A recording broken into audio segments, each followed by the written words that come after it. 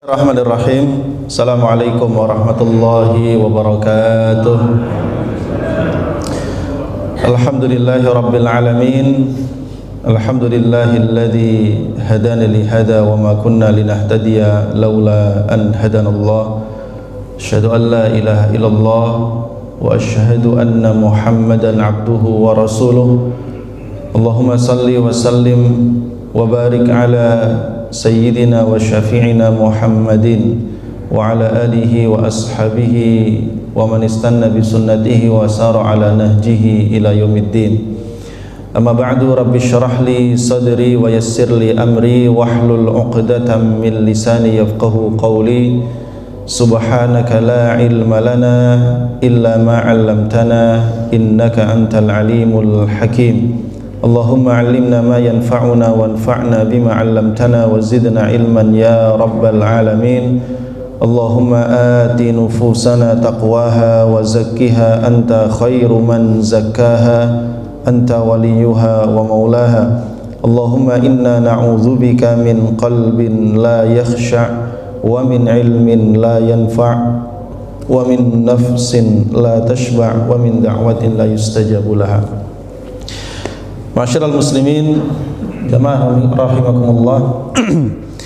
Alhamdulillah, tentu atas nikmat dan karunia dari Allah, pagi hari ini Allah kumpulkan kita di tempat yang mulia ini untuk melaksanakan salat subuh berjamaah.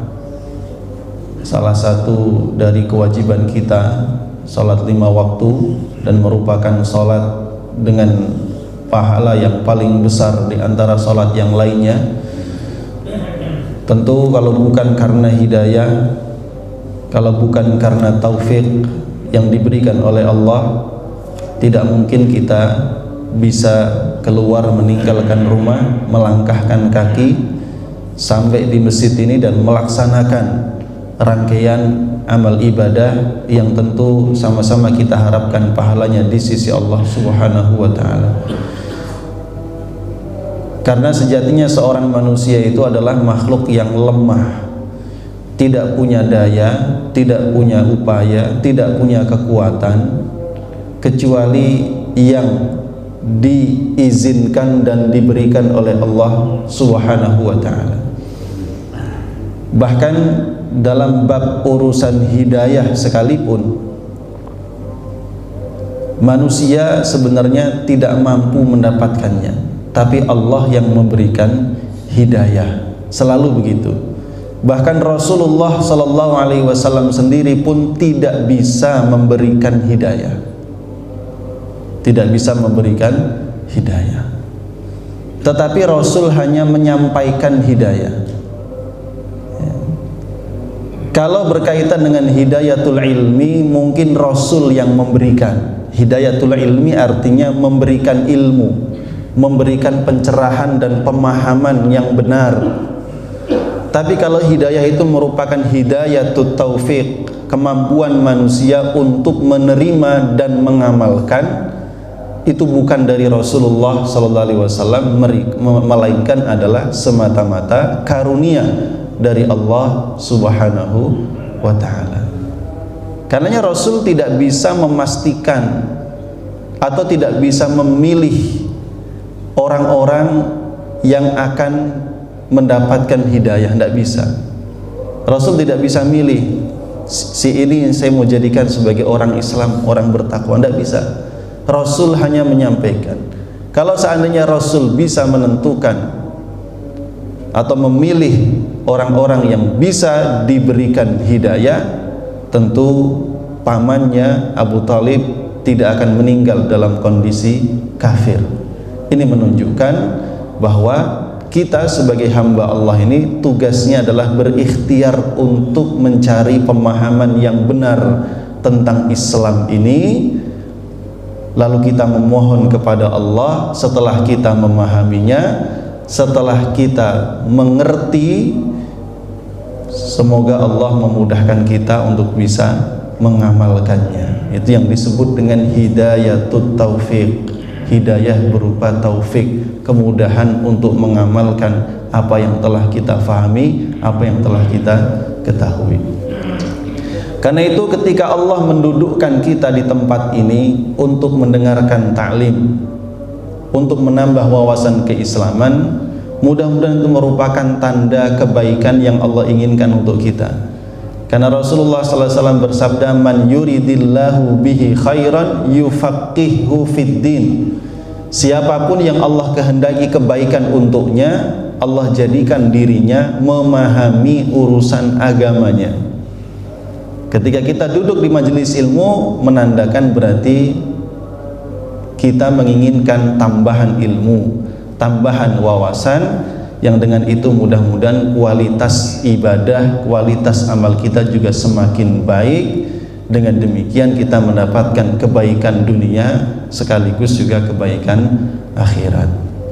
Ma'asyiral muslimin jamaah rahimakumullah, pada kesempatan pagi hari ini kita akan membahas sarana kedua dalam tazkiyatun nafs. Dulu sudah kita sampaikan yang pertama, sarana utamanya adalah sholat. Sarana yang kedua adalah zakat dan infak. Ini merupakan sarana tazkiyatun nafs di antara sarana-sarana yang paling utama. Mengapa demikian? Li'anna nafsa majbulatun 'ala syuhhi. Karena jiwa manusia itu pada dasarnya memiliki karakter syuh, tamak sekaligus pelit. Kalau punya barang sesuatu pengennya banyak, ya. Kalau sudah punya banyak pengennya tidak keluar, ya. Gampang nerima, susah ngeluarin. Itu karakter manusia yang disebut Al-Quran dengan istilah syuhun, bukan bakhil. Kalau bakhil itu masih level di bawahnya, Pak. Jadi kalau ada orang bakhil, ya ini masih agak ringan lah gitu ya. Tapi biasanya bakhil ini juga lahir dari penyakit syuh gitu. Syuhun, makanya berapa kali Al-Quran menyebutkan wa may yuqa syuhha nafsihi faulaika humul muflihun. Barang siapa yang dipelihara, dilindungi oleh Allah dari penyakit syuh dalam dirinya, mereka itulah orang yang beruntung.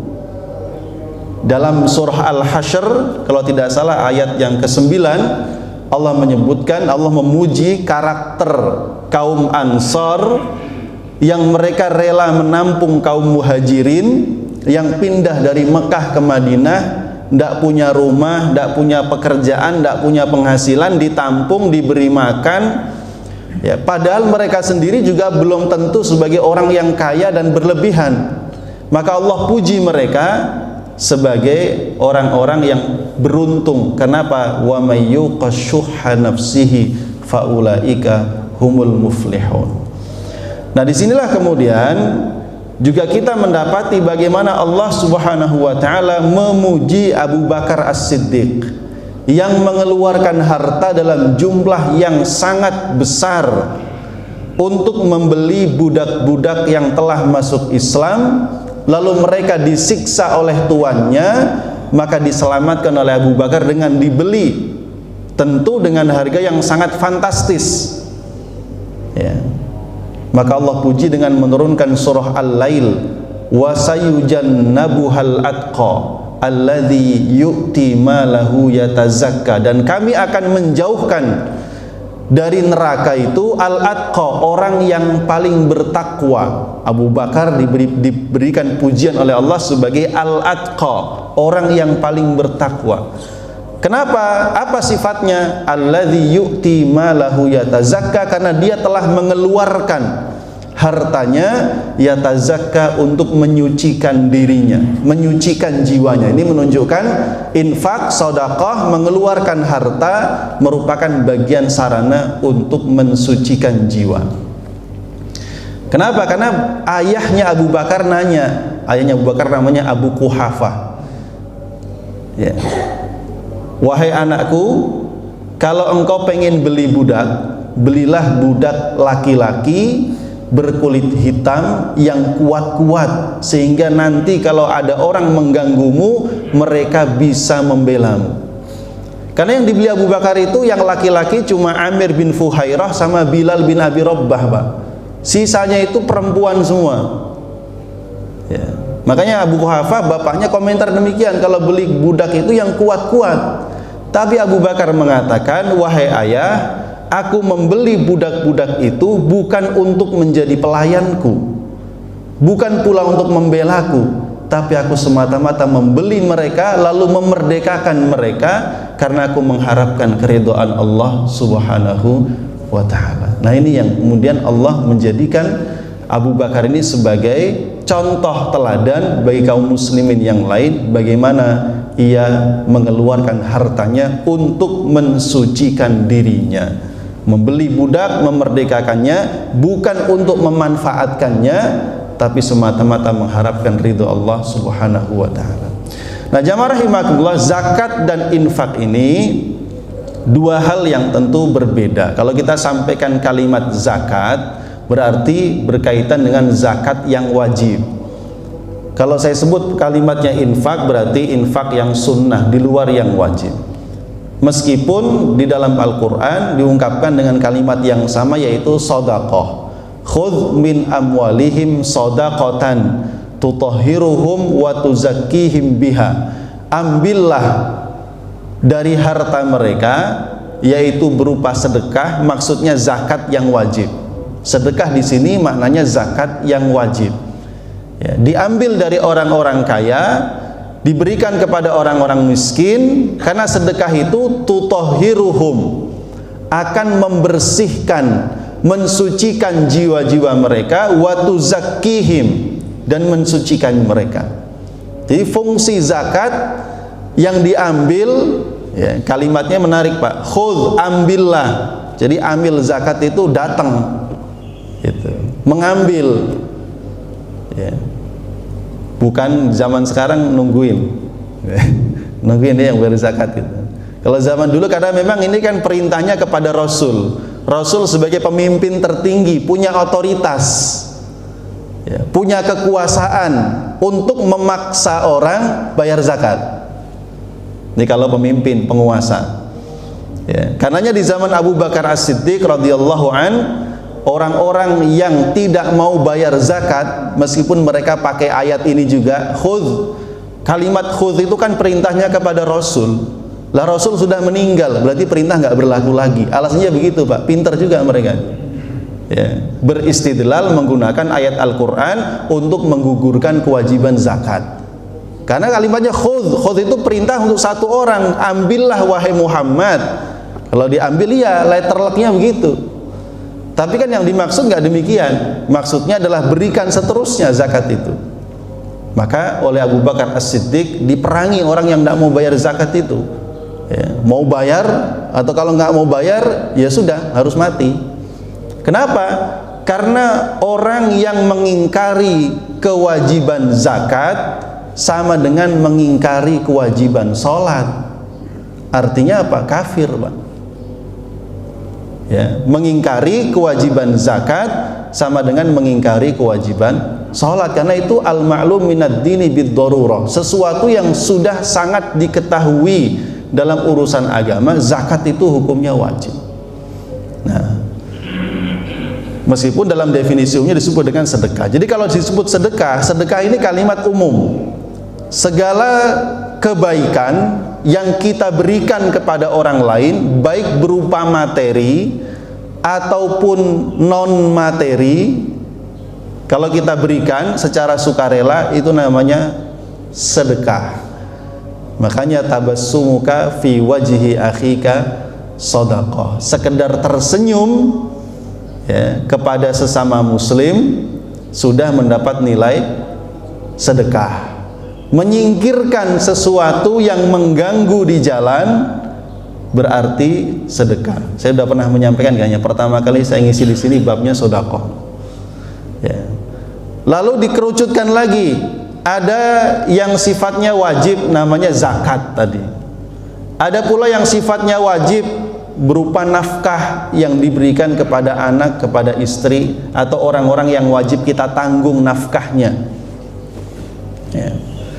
Lalu secara umum disebut dengan nama infak. secara umum yang memiliki nilai materi infak. Baik, ma'asyiral muslimin jamaah rahimakumullah. Karena kemudian zakat dan infak ini merupakan salah satu dari sarana tazkiyatun nafas, maka ada adab-adab zahir dan batin yang harus kita penuhi. Yang pertama, hendaknya orang yang menunaikan zakat itu memperhatikan 5 hal. Yang pertama, niat. Ya, niat ini tentu harus ikhlas karena Allah, dan di sini kemudian disebutkan ayyanwiya biqalbihi zakatal fardi wa yusannu lahu ta'yinul amwal. Dianjurkan supaya seseorang yang hendak menunaikan zakat yang wajib itu dia menyebutkan, mentakyin secara pasti harta yang hendak dia keluarkan zakatnya. Contoh, ini saya berniat zakat emas, ini saya berniat zakat tabungan, misalkan saya berniat zakat pertanian. Termasuk diantaranya kalau dia memiliki piutang. Kalau mengutangi itu namanya piutang, Pak ya.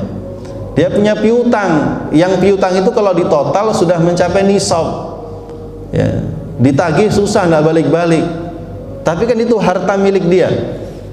Maka bagus juga kalau dia niatkan, dia keluarkan zakatnya, ya, dia bilang, dia niatkan ini zakat atas hartaku yang masih gaib karena di tangan orang, ya. Kalau dia selamat, kalau ternyata tidak balik, ya nggak apa-apa, tetap menjadi amalan yang insya Allah diterima oleh Allah Subhanahu wa ta'ala.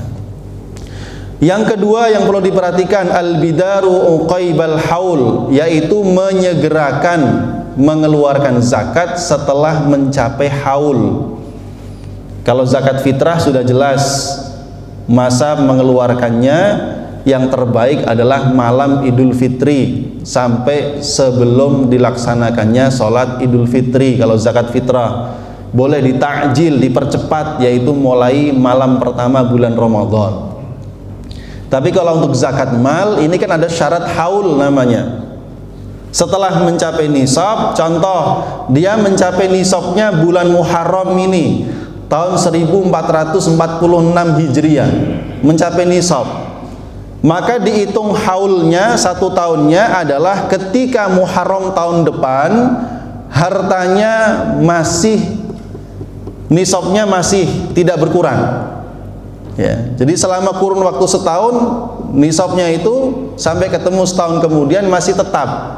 Kalaupun mungkin berkurang di tengah, tapi kemudian tetap naik lagi, itu dianggap sudah haul. Maka Muharram tahun depan harus segera dikeluarkan zakatnya. Jangan ditunda nyampe haulnya Muharram, ntar aja deh Ramadan, ya, kelamaan, karena nunggu berapa bulan kemudian, ya.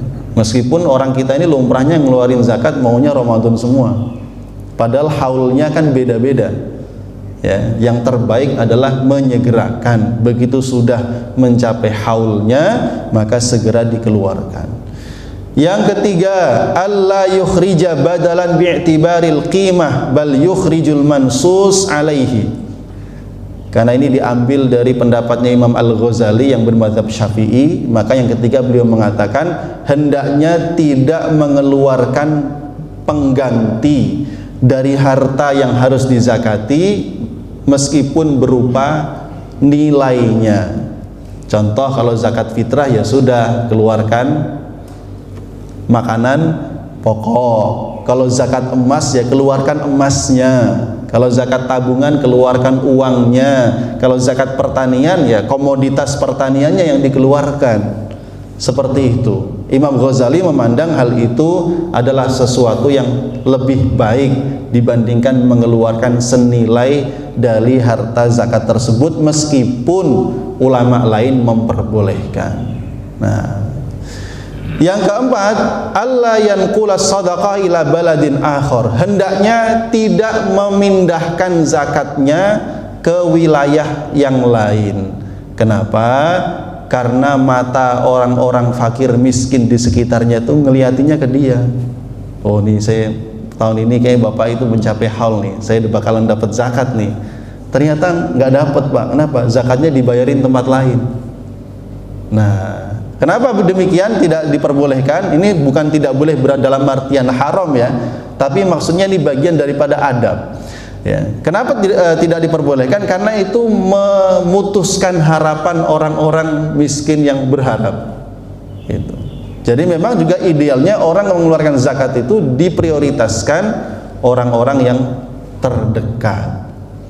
Ya, orang-orang yang terdekat. Kalau yang terdekat di sini sudah terpenuhi, barulah zakat itu dikeluarkan ke wilayah yang lain yang membutuhkan. Yang kelima, jamaah rahimakumullah, an yuqaddima malahu bi'adadil asnaf, an yuqassima malahu bi'adadil asnaf al-mawjudin fi baladihi. Hendaknya harta zakatnya itu dia bagi-bagi sesuai jumlah asnaf mustahik zakat yang ada di wilayahnya. Tentu 8-8-nya belum tentu ada semua.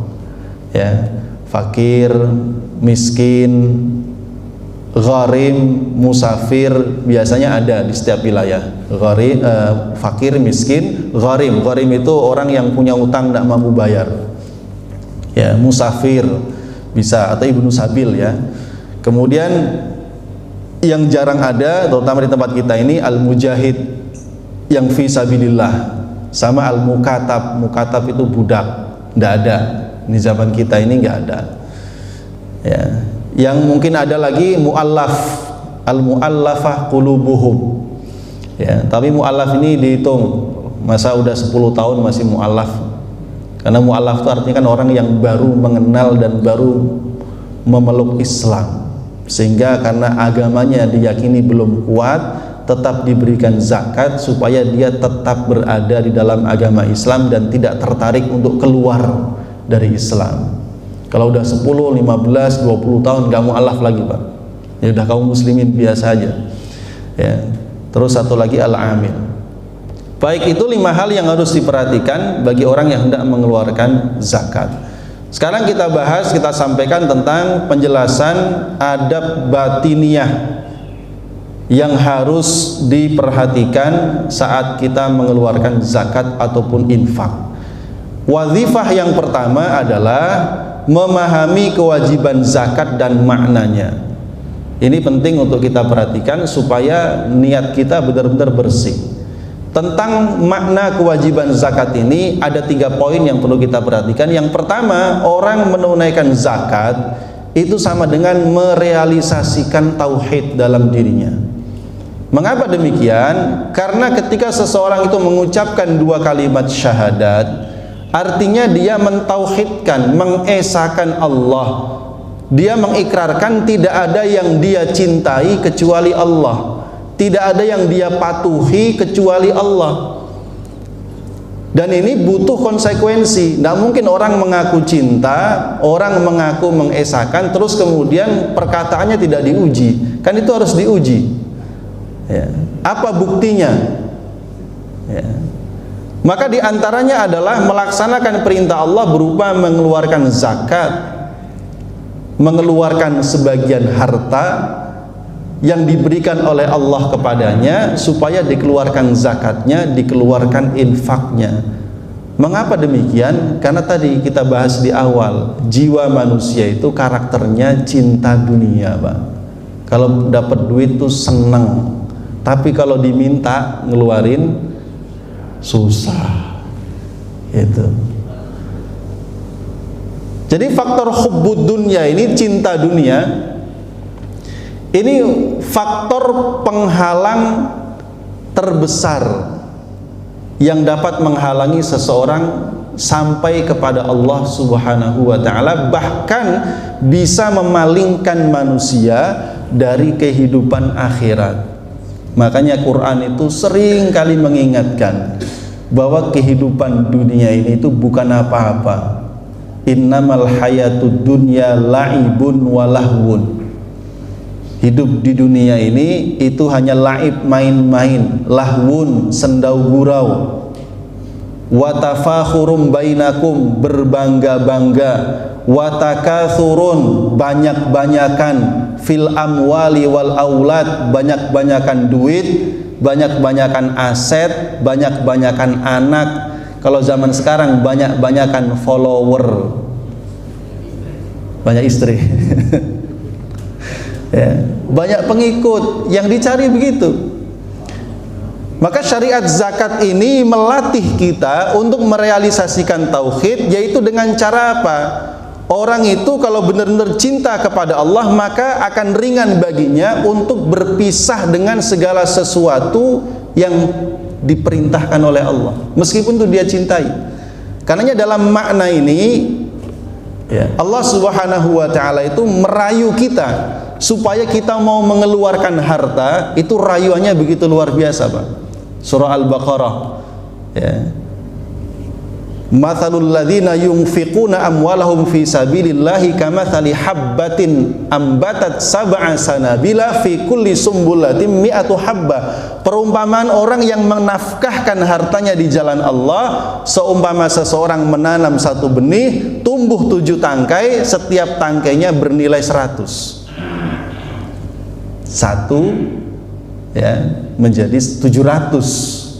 Hanya dilipat gandakan. Walaupun kalimat ini, ya, bisa bermakna kiasan, artinya apakah benar jadi 700 kali lipat atau mungkin bahkan lebih banyak lagi. Maksudnya Allah membalas infak seseorang itu dengan pelipatan pahala yang jauh lebih besar, ya. Atau dalam ayat yang lain yang sangat menarik, At-Taubah 111, Innallaha ashtara minal mu'minina anfusahum wa amwalahum bi anna lahumul jannah. Supaya kita mau ngeluarin, Pak. Sesungguhnya Allah telah siap membeli dari orang-orang yang beriman jiwa-jiwa mereka, harta-harta mereka. Allah siap beli bi anna lahumul jannah, dengan harga berupa surga. Nyawa bapak ditawar Allah dengan surga.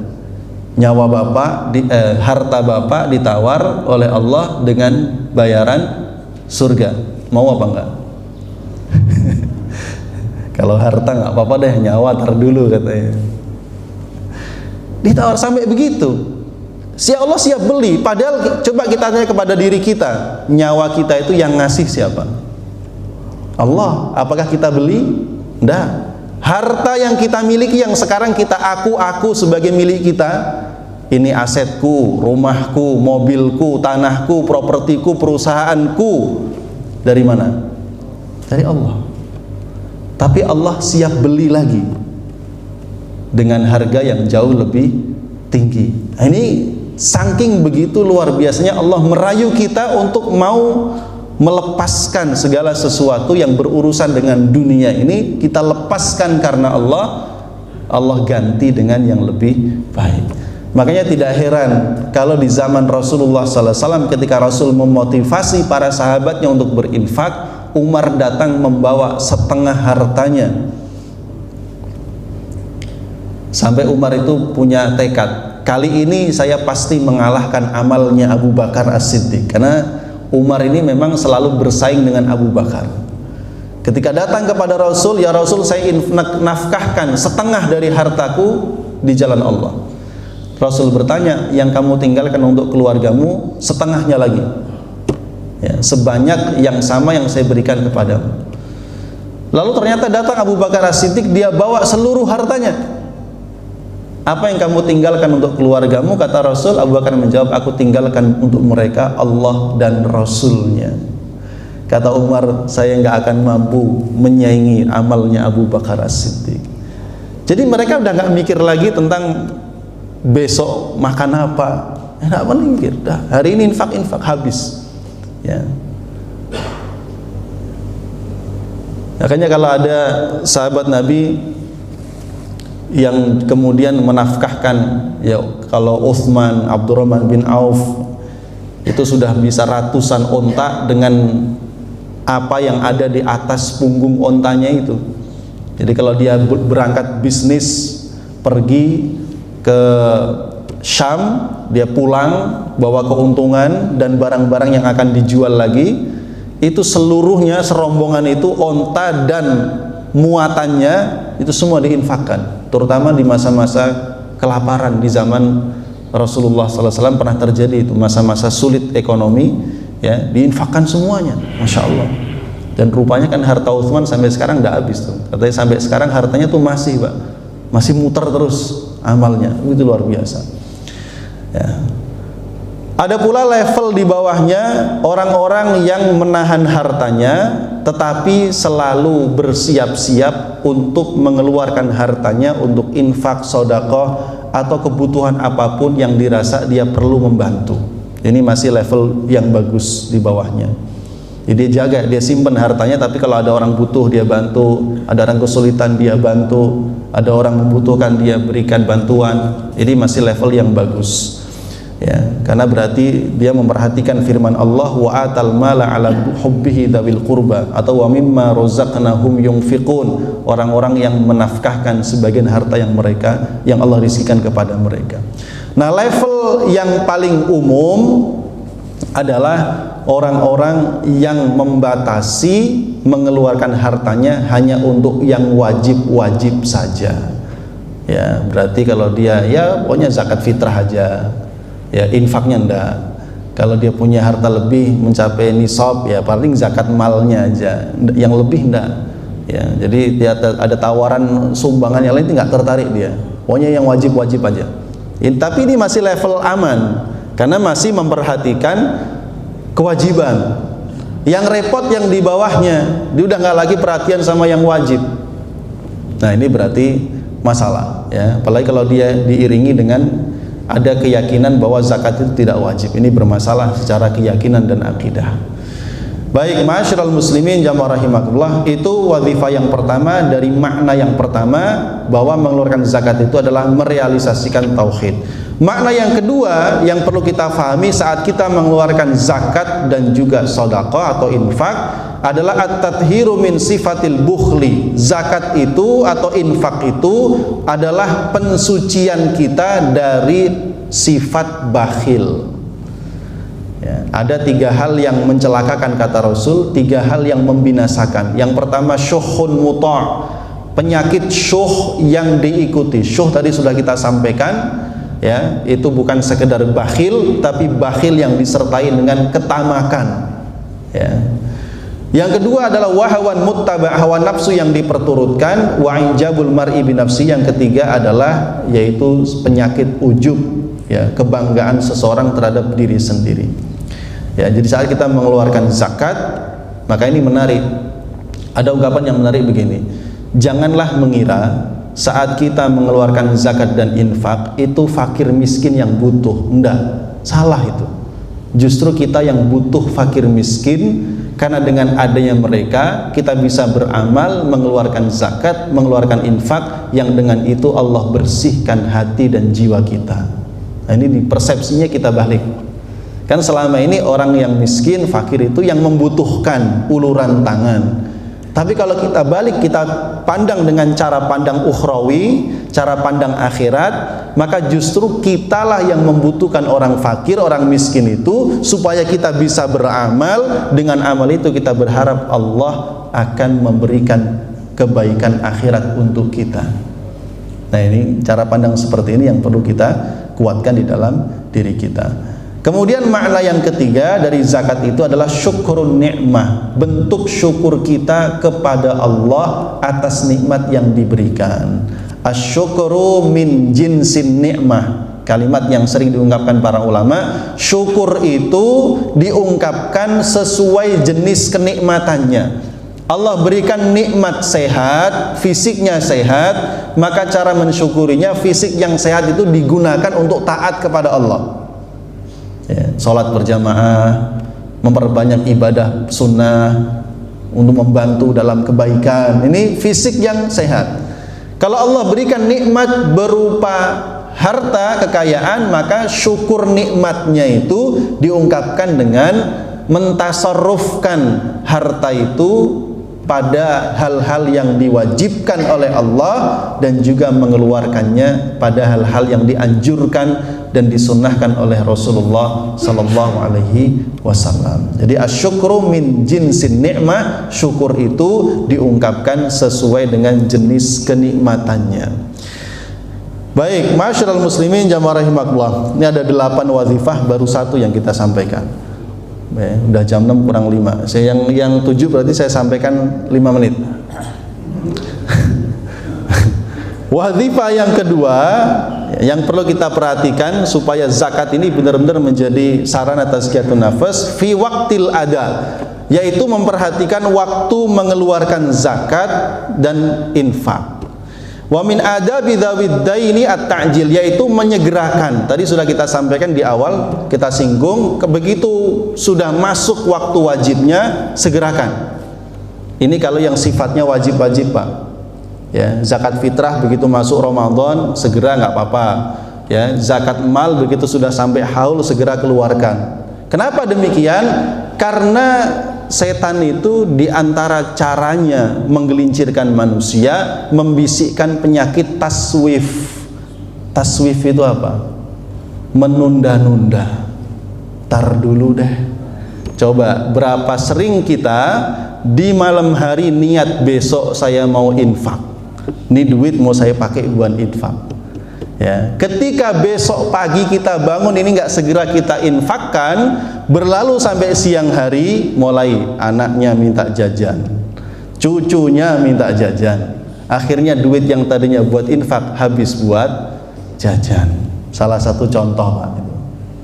Ya, jadi kita segerakan, kalau punya niat kebaikan segerakan. Ya, sebelum nanti datang banyak penghalang. Ya, jangan taswif, menunda-nunda. Termasuk diantaranya adalah ada orang-orang yang dia kesulitannya itu hari ini. Ya, maka ketika kita bisa membantu seseorang menyelesaikan persoalannya hari tersebut, itu pahalanya besar, Pak. Ya, jangan ditunda-tunda besok. Ada kewajiban hari ini. Termasuk diantaranya dalam yang pernah saya sampaikan, ya dalam kultum di 2 pekan yang lalu kita sampaikan bahwa ada amalan-amalan prioritas yang harus kita lakukan. Di antara prioritas itu adalah orang yang membutuhkan bantuan di saat tersebut, bantuan apapun. Kalau kita punya uang, antara kita gunakan melakukan amal, contoh kita mau berangkat umroh nih, pengen umroh hukumnya apa? Sunnah. Tapi di lingkungan kita ada orang kelaparan. Ini duit kita buat daftar umroh atau untuk ngasih makan orang yang kelaparan. Umroh pahalanya gede, jelas. Biayanya juga gede. Ya. Tapi ngasih makan orang yang kelaparan, menyelamatkan nyawa mereka itu jauh lebih utama. Nah, ini artinya amalan prioritas. Ya. Maka ini juga harus kita perhatikan. Baik, itu wazifah yang kedua, memperhatikan waktu penunaian. Kecuali misalkan haulnya ternyata jatuh pada bulan Sya'ban, bentar lagi Ramadan. Oh ya udah, ntar Ramadan deh. Ya, supaya menepati bulan yang baik. Atau jatuh misalkan infak hari apa nih? Kamis apa Jumat? Jumat lebih utama tentu. Ya, kecuali dalam kondisi tidak ada yang prioritas, maka kita boleh memilih hari dan waktu yang istimewa. Wazifah yang ketiga jamaah rahimakumullah, dalam mengeluarkan zakat, infak dan sedekah hendaknya kita usahakan al-israr, pakai sin, al-israr, merahasiakan. Karena amalan yang terbaik itu yang rahasia. Di antara 7 golongan yang dinaungi oleh Allah kelak pada hari kiamat, seseorang yang menafkahkan hartanya dengan tangan kanan dan tidak diketahui tangan kirinya. Maksudnya apa? Bersedekah dengan sembunyi-sembunyi, dengan rahasia. Ya. In tubdu shadaqati fa ni'mahi. Kalau kamu menampakkan sedekahmu, bagus kata Allah. Wa in tukhfuha wa tu'tuhal fuqara fahuwa khairul lakum. Tapi kalau kamu sembunyikan, kamu berikan kepada orang fakir, ya, dengan sembunyi-sembunyi, itu lebih baik bagi kalian kata Allah. Al-Baqarah 27. Ya. Makanya para ulama diantaranya ada mereka yang memberikan kepada orang itu ya sembunyi-sembunyi. Ada orang miskin lagi tidur, diselipin duit di sakunya. Ya, ada yang dia berkeliling di malam hari saat semua orang udah tidur, dia panggul makanan diletakkan di rumah orang-orang yang membutuhkan. Salah satu di antara keturunan Ali bin Abi Thalib, kalau tidak salah Ali Zainal Abidin, ketika meninggal dunia, orang-orang miskin itu nggak lagi mendapati ada makanan di depan rumahnya, maka semua mereka meyakini ini pasti Ali Zainal Abidin. Jadi baru ketahuan setelah orangnya meninggal dunia. Dia keliling setiap malam, ya, tanpa diketahui oleh siapapun. Baik, ya. Kenapa merahasiakan amalan lebih baik? Karena lebih selamat dari penyakit riya dan lebih menjaga keikhlasan.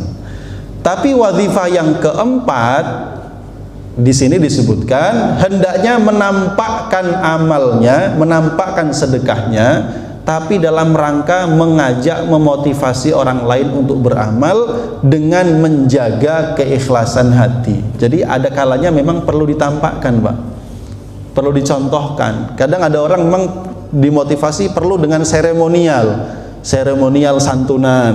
Ini kan seremonial sebenarnya, ya. Ada kalanya perlu seperti itu untuk memotivasi orang lain. Nah, tentu di sini jamaah rahimakumullah, berdasarkan tadi ya ayat Al-Baqarah 271 bukan 27 ya. In tubdu shadaqati fa ni'mahi, kalau engkau menampakkan sedekahmu maka itu juga baik ya, selama tetap bisa menjaga keikhlasan hati ya. Karena mengapa demikian? Ini juga ada yang perlu kita perhatikan. Ada hal-hal yang merusak sedekah. Al-man, mengungkit-ungkit, al-adza, menyakiti. Yang ketiga yaitu merendahkan kehormatan orang-orang yang membutuhkan. Tidak semua orang, Pak, itu suka dipajang ya, untuk menerima bantuan dan santunan. Dia merasa malu kalau dipajang itu. Sementara kadang-kadang orang yang menyelenggarakan senang, makin banyak yang dipajang makin senang, ya kan? Santunan yang paling sering nih. Begitu pula ketika seseorang memberikan bantuan, memberikan kupon, nanti ambil ya jam sekian di masjid atau di mana. Ada kalanya ada orang itu yang dia malu kalau harus datang. Kenapa? Dia punya sifat iffah, menjaga kehormatan dirinya, walaupun dia dalam kondisi yang sangat butuh ya, kepepet, tapi dia tidak pernah mengeluhkan kondisi kebutuhannya kepada orang lain, sehingga orang pun nggak tahu. Jadi kalau tiba-tiba ada yang tahu terus dia dikasih kupon itu, ya dia mending nggak ngambil. Gitu. Nah, orang yang seperti ini langka sebenarnya. Tapi kalau kita datang berikan secara rahasia kepadanya, nggak ada orang lain yang tahu, itu lebih baik. Karena kita tetap menjaga kehormatannya. Di beberapa masjid, kemarin saya ngisi di salah satu masjid Al-Hidayah namanya, di mana di daerah, lupa saya itu. Jadi mereka sistem santunannya itu nggak dikasih tiap Muharram, tiap Ramadan gitu.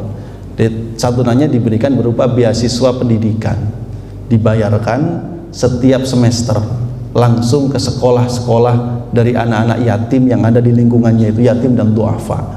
Sehingga itu juga tentu pertama lebih manfaat, yang kedua jangka panjang, karena mereka itu menanggung sampai lulus SMA. Kan luar biasa itu. Jadi kalau dia yatim dari kecil, benar-benar kecil, maka sekolahnya dari TK sampai SMA itu full dibiayai oleh dana santunan yatim itu. Ya. Kemudian juga apa namanya, dia tidak ada acara seremonial gitu. Nah, salah satu yang saya dapati juga teman kami yang sekarang mengurus pesantren yang cukup besar di wilayah Bogor, karena ayahnya dulu seorang yang yatim jadi ustadz besar sekarang, dia mengatakan jangan sekali-kali ya mengadakan acara santunan dengan memajang anak-anak yatim di depan, karena dia pernah merasakan itu dan merasakan itu nggak enak. Jadi ini perlu diperhatikan ya, bagi penyelenggara kegiatan itu sosial itu memang bagus, tapi memang ada hal yang harus diperhatikan.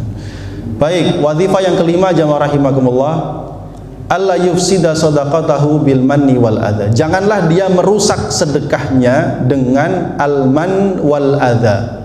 Al-Baqarah 264. La tubtilu shadaqatikum bil manni wal adza. Jangan rusak pahala sedekah kalian dengan dua hal. Yang pertama al-man, yang kedua al-adza. Apa artinya dua hal itu?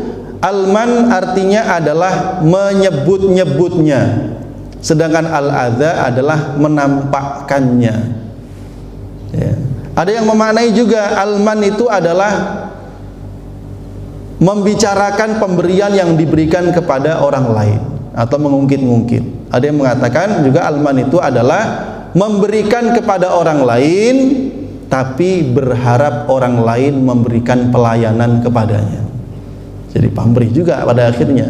Jadi dia memberikan bantuan, tapi di sisi lain dia juga kemudian kalau orang yang diberi itu nggak hormat, nggak apa kepada dia, dia jadi marah dan lain sebagainya. Ini problem juga. Ya, karena orang yang ikhlas, tulus itu ketika memberi ya sudah selesai buat dia. Dia tidak membutuhkan yang lain, itu namanya benar-benar ikhlas. Ya, tidak boleh alman, mengungkit-ungkit. Ya, makanya ulama sering mengatakan Pak, ikhlas itu sebelum beramal, ikhlas itu saat beramal, dan ikhlas itu tetap harus dijaga setelah beramal. Berapa banyak orang yang memberikan bantuan di masa lalu, ketika sudah berlalu waktu yang lama, tiba-tiba orang yang dulu diberikan kebaikan olehnya kemudian lupa kepadanya, terus dia mengatakan, kamu itu loh dulu kalau nggak saya bantu nggak mungkin kayak sekarang. Dulu loh kamu itu kalau nggak saya kasih santunan, ya nggak mungkin kamu jadi kayak begini. Ini alman Pak, mengungkit-ungkit. Alman, merasa berjasa. Wal adha, artinya hal yang menyakitkan. Ngasih sih tapi sambil gerutu, ya minta mulu, misalkan ini, ya ngasih tapi sambil menyakiti itu al-adha. Mungkin sering kita nemui, apalagi di jalan-jalan raya, ada pengamen lah, manusia silver lah, ada badut lah, ini itu macam-macam. Ya, saking keselnya itu kadang dalam kondisi duit pas-pasan, dimintain mulu, kesel juga orang. Ya, maka kalau mau kasih berikan saja. Tapi kalau memang enggak, ya udah nggak usah.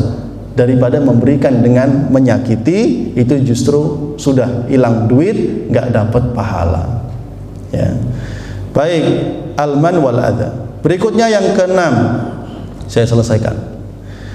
An yastasghira al-atiyah fa innahu in ista'dhama ujiba biha. Hendaknya dia menganggap kecil berapapun sedekah yang dia berikan. Karena kalau dia menganggapnya besar, khawatir menimbulkan ujub di dalam hatinya. Karena sebesar apapun amalan yang dia keluarkan, tetap pada hakikatnya itu bukan duitnya, bukan hartanya, itu hanyalah titipan Allah. Saya sering bilang ke ibu-ibu, Pak, Bu, tiap bulan dapat uang belanja dari suami, iya, ya. Kira-kira cepat habis apa awet? Cepat habis Pak Ustadz, buat apa? Buat ini, itu, listrik, air, macam-macam lah. Itulah tugas kita itu kalau dapat duit itu memang untuk buang duit, ngabisin duit. Kita tempatin ke tempat-tempat itu, kita pos-posin. Punya duit gede ya tugasnya itu, ini bagi-bagi buat bayar ini, bayar itu, ngasih ini, ngasih itu. Tugasnya buat gitu doang, karena yang jadi rizki kita itu cuman yang kita makan, yang kita pakai, yang kita konsumsi, cuman itu aja. Selebihnya belum tentu jadi milik kita, cuman Allah titipin lewat rekening kita. Karena kalau mati nggak kita bawa, betul Pak? Ya, kalau mati jadi warisan. Makanya kata Rasul, harta milik seorang muslim itu pertama yang dia makan, yang kedua yang dia pakai, yang ketiga yang dia sedekahkan.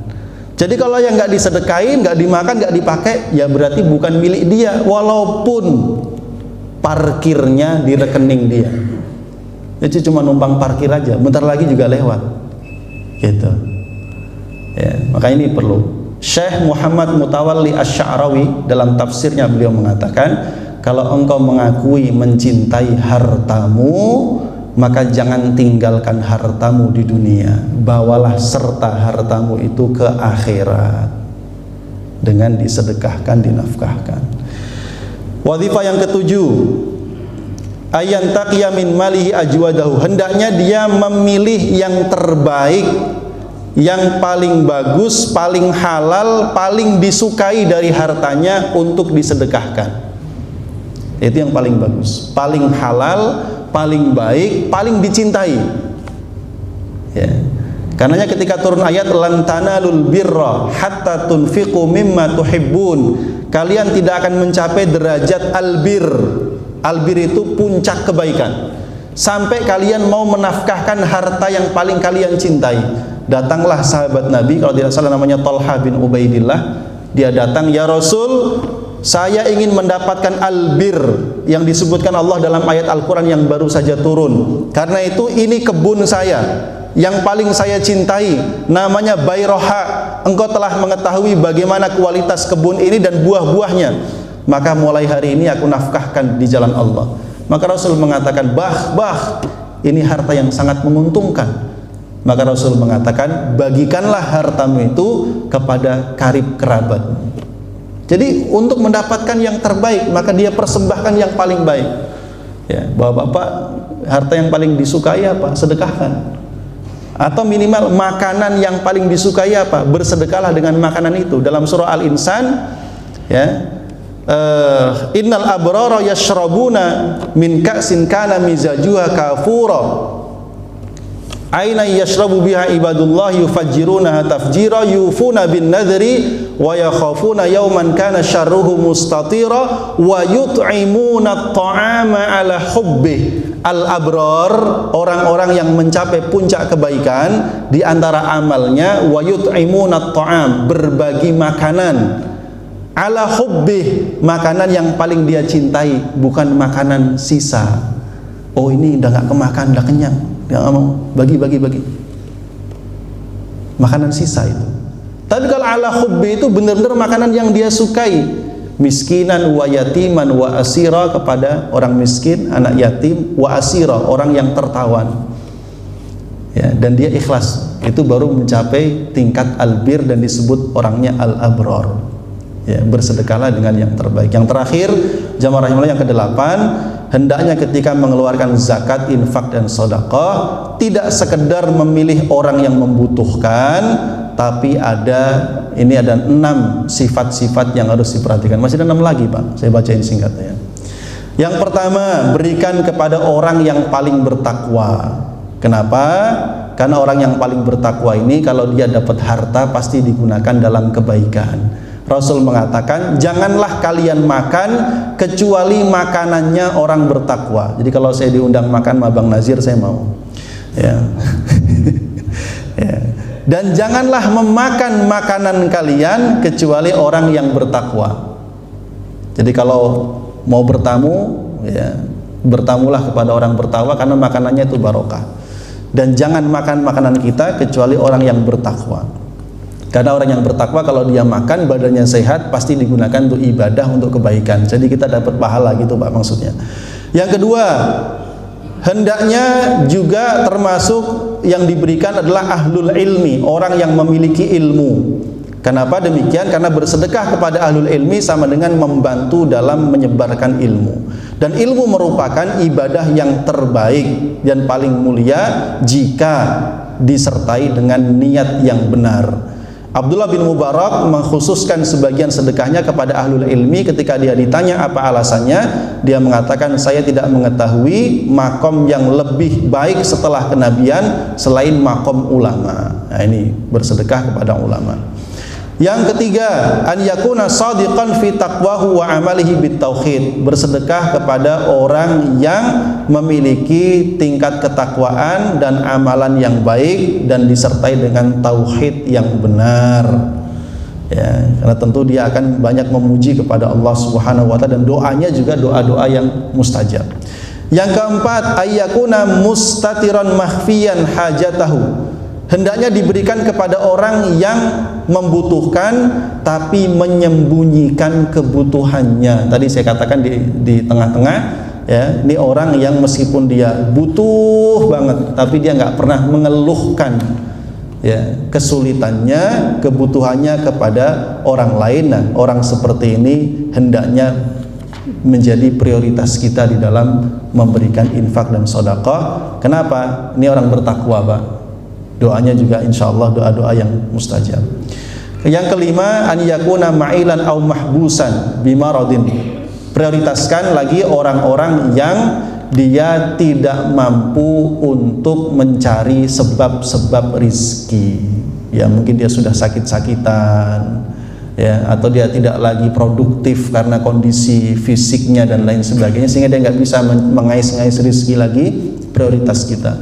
Yang keenam, hendaknya juga memprioritaskan kerabat, karena bersedekah kepada kerabat itu dua keutamaannya. Pertama, keutamaan sedekah. Dua, keutamaan silaturrahim. Ya, nah itu hal-hal yang perlu diperhatikan dalam zakat, infak dan sedekah, supaya amalan kita benar-benar menjadi amalan yang terbaik, berkualitas, sekaligus menjadi sarana untuk tazkiyatun nafs. Wallahu a'lam, demikian yang bisa disampaikan. Kita akhiri, subhanakallahumma wa bihamdika asyhadu an la ilaha illa anta astaghfiruka